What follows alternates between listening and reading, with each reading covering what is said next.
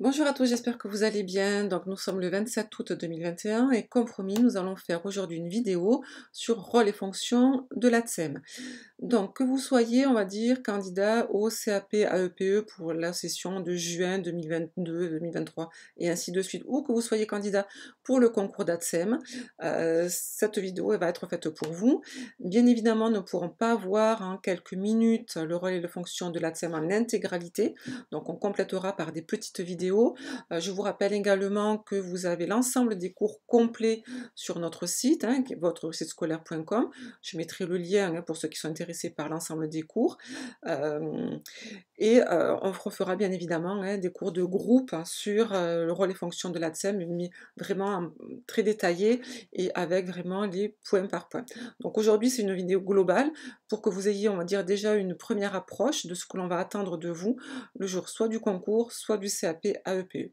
Donc pour ceux qui ne me connaissent pas, je suis Béatrice Monnier, formatrice indépendante sur Toulouse et responsable du site votre-site-scolaire.com sur lequel vous trouverez donc toutes les informations. Donc on va commencer le premier cours, ce petit cours visio, par tout simplement des questions d'ordre juridique, réglementaire.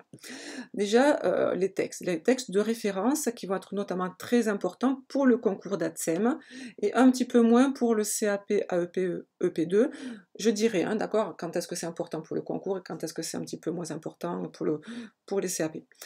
Donc ça, c'est très important pour le concours d'ATSEM, c'est les textes réglementaires. Ça peut vous être demandé dans les QCM, mais ça peut également vous être demandé à l'oral. Donc il faut savoir que le statut d'agent territorial spécialisé des écoles maternelles, c'est-à-dire ATSEM, a été défini par le décret du 28 août 1992. Ce statut fixe tout simplement, dit que l'ATSEM appartient à la fonction publique territoriale. Voilà. Ça, c'est donc en 1992. En 2018, donc là, ça serait valable pour concours et EP2. En 2018, maintenant, il y a un nouveau décret, qui est le décret 2018-52, qui lui va fixer le rôle et les fonctions de l'ATSEM, et notamment préciser bien comme il faut les missions de l'ATSEM, en définissant tout simplement la double hiérarchisation de l'ATSEM. Donc ça, je vais y revenir tout à l'heure. C'est quoi donc du coup cette double hiérarchisation de l'ATSEM? Il faut savoir que l'ATSEM, elle va avoir, comme son nom l'indique, le double hiérarchie, c'est-à-dire deux responsables à qui elle devra, on va dire, obéir en fonction du temps scolaire, périscolaire ou extrascolaire de la journée.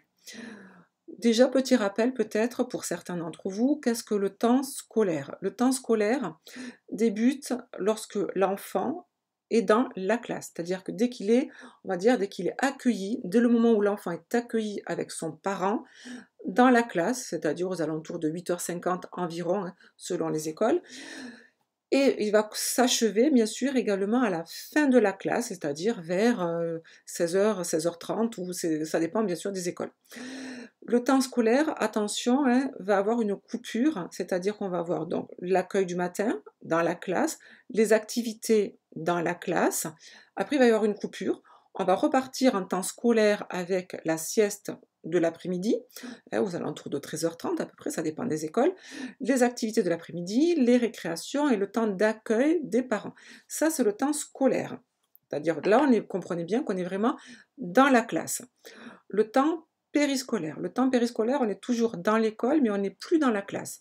Le temps périscolaire, on est soit à la garderie du matin, soit à la garderie du soir, soit tout simplement dans la cour de récréation pendant le temps méridien, pendant la pause méridienne, c'est-à-dire pendant le temps de restauration scolaire. Donc là, on est dans le temps périscolaire. À cela arrive un troisième temps, qui est le temps extrascolaire. Donc le temps extrascolaire, on est en dehors de l'école. En dehors de l'école, ça veut dire qu'on va être en sortie scolaire. Ces sorties scolaires, qui je vous rappelle, on fera un cours sur les sorties scolaires. Ces sorties scolaires peuvent être donc, on va dire, obligatoires, quotidiennes, en fonction des écoles, elles peuvent être, on va dire, régulières plutôt, pardon. Et voilà, donc là, on est en temps extrascolaire. Bon, tout simplement, il faut savoir, donc, je vous ai dit, la TSEM va être tout simplement sous la responsabilité donc, du responsable de l'établissement, c'est-à-dire du directeur d'école, quand il ou elle va être en temps scolaire. L'ATSEM est extrascolaire. Scolaire, extrascolaire, c'est le directeur d'école. Quand l'ATSEM va être en périscolaire, périscolaire, c'est-à-dire garderie du matin, garderie du soir, pause méridienne, là, l'ATSEM est sous la responsabilité de la collectivité, mairie, mais également intercommunalité, c'est-à-dire un regroupement de communes. Voilà. Ben, tout simplement, donc son rôle et sa fonction ne vont pas être les mêmes en fonction de ces, on va dire, trois ou en tout cas deux situations, hein, scolaires ou périscolaires. Voilà. Donc ça va être défini donc du coup par le fameux décret 2018. Donc ce décret 2018, il dit quoi? Il dit que l'ATSEM, elle a quatre rôles bien définis et trois fonctions bien définies. Donc quatre rôles qui sont, premier rôle, c'est d'assister l'enseignant, d'assister le personnel enseignant, notamment dans l'accueil des enfants, dans les soins et dans l'encadrement. Deuxième rôle, c'est tout simplement de mettre en place des activités et d'animer les activités.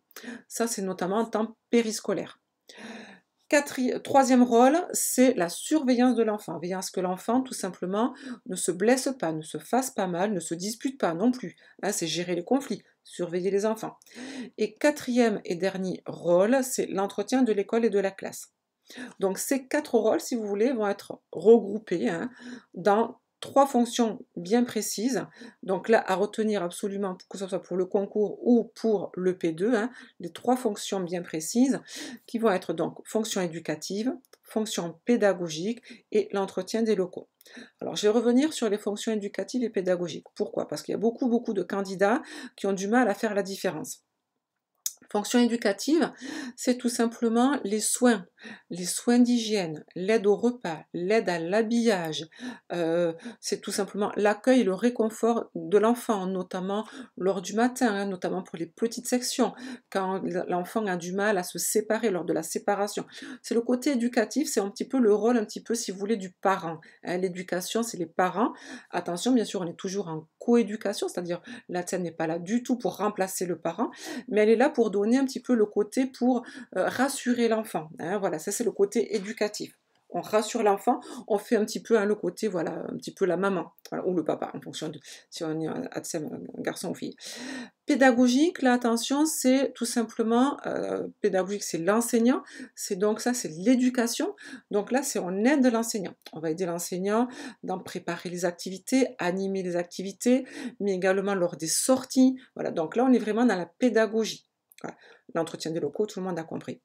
Voilà. Et donc, tout simplement, ça, ce rôle et ses fonctions, c'est défini dans le décret 2018. Mais il faut savoir, attention, mais que la TSEM n'a pas que ces, on va dire, notamment trois fonctions. Elle a également des fonctions consultatives et de conseil. Et ça, c'est très important, notamment pour le concours, on va dire, d'ATSEM, puisque très souvent, l'ATSEM va être amenée, mais également pour le P2, on peut vous mettre en situation, il voudra conseiller, elle va conseiller tout simplement un parent. Elle peut également conseiller un enseignant qui débute. Très souvent, les mises en situation lors du concours, on va dire un enseignant qui débute, il vous pose des questions, il est un petit peu, on va dire, il ne sait pas trop quelle activité, on va dire, proposer aux enfants. Il vient d'arriver dans la classe, il vous demande des conseils sur un groupe d'enfants ou sur un enfant en particulier. Qu'est-ce qui serait mieux pour l'enfant? Est-ce que tout simplement les enfants ont déjà fait cette activité, notamment pourquoi pas un enseignant, on va dire, remplaçant? D'accord? Ça peut être également, attention, un conseil pour les parents.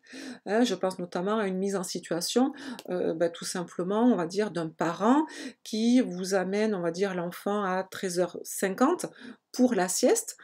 Donc là, attention, on est en temps scolaire, je rappelle, la sieste c'est le temps scolaire. Et là, le parent, mise en situation très fréquente, que ça soit en EP2, mais également au concours d'ATSEM. Et là, le parent vous demande de ne pas faire trop dormir l'enfant, parce que tout simplement le soir, il ne dort plus, il a du mal à s'endormir, et donc il vous demande de réveiller l'enfant. La mise en situation, qu'est-ce que vous faites? Donc du coup, il va falloir savoir qu'est-ce que vous devez répondre à ce parent. Est-ce que vous avez le droit d'accepter de réveiller l'enfant? Est-ce que c'est le parent, en fait, qui tout simplement responsable de l'enfant, et qui a, on va dire, qui vous donne l'autorisation et le droit et le devoir, on va dire, de réveiller son enfant? Ou est-ce que vous pouvez lui conseiller, lui répondre à ses attentes? Donc la réponse, hein, je vais vous la dire si vous souhaitez la réponse. Ben, la réponse, en fait, vous devez conseiller le parent, déjà lui rappeler en fait les bienfaits de la sieste sur l'enfant, surtout à 3 ans et demi ou 4 ans. Hein. Je vous rappelle, hein, la sieste est primordiale pour le développement cérébral de l'enfant, la mémorisation, se reposer, la sécrétion des hormones et ainsi de suite. Donc pour la santé et le bien-être de l'enfant, la sieste est primordiale jusqu'à 4 ans, 5 ans. Voilà, il n'y a pas vraiment d'âge précis. En principe, jusqu'à la grande section de maternelle, la sieste est primordiale. Donc, c'est votre rôle, hein, de conseiller le parent, de lui rappeler, en fait, tout simplement l'importance de la sieste. C'est votre rôle également de lui rappeler, hein, que tout simplement, si vraiment, vraiment le parent insiste, vous pouvez l'orienter vers tout simplement une association qui est très, très fréquente, on va dire en école maternelle, que vous devez connaître, hein, qui est l'association Prosome. Hein. Donc Prosome, c'est quoi? C'est l'association nationale de promotion de connaissances sur le sommeil. Donc très important à connaître pour le concours d'ATSEM. Et ces associations mettent en place très souvent des petites affiches qu'on va retrouver notamment dans les écoles, hein, dans les écoles au niveau des dortoirs notamment. Ça peut être également des petits dépliants qu'on peut donner aux parents. Et tout simplement, hein, cette association, ces dépliants, ces affiches rappellent aux parents l'importance de la sieste. Vous pouvez bien évidemment aussi, hein, rappeler aux parents tout simplement qu'on ne doit pas réveiller un enfant qui dort. Que si un enfant a besoin de dormir, en fait, si un enfant dort, c'est qu'il a besoin de dormir. Et que si tout simplement, on va dire, il ne dort pas le soir avant d'aller au lit vers 20h ou 21h, c'est peut-être pas forcément à cause de la sieste de l'après-midi, parce qu'un enfant a besoin de dormir. Alors bien sûr, hein, faut toujours rester bienveillant, on ne doit jamais, jamais porter de jugement de valeur.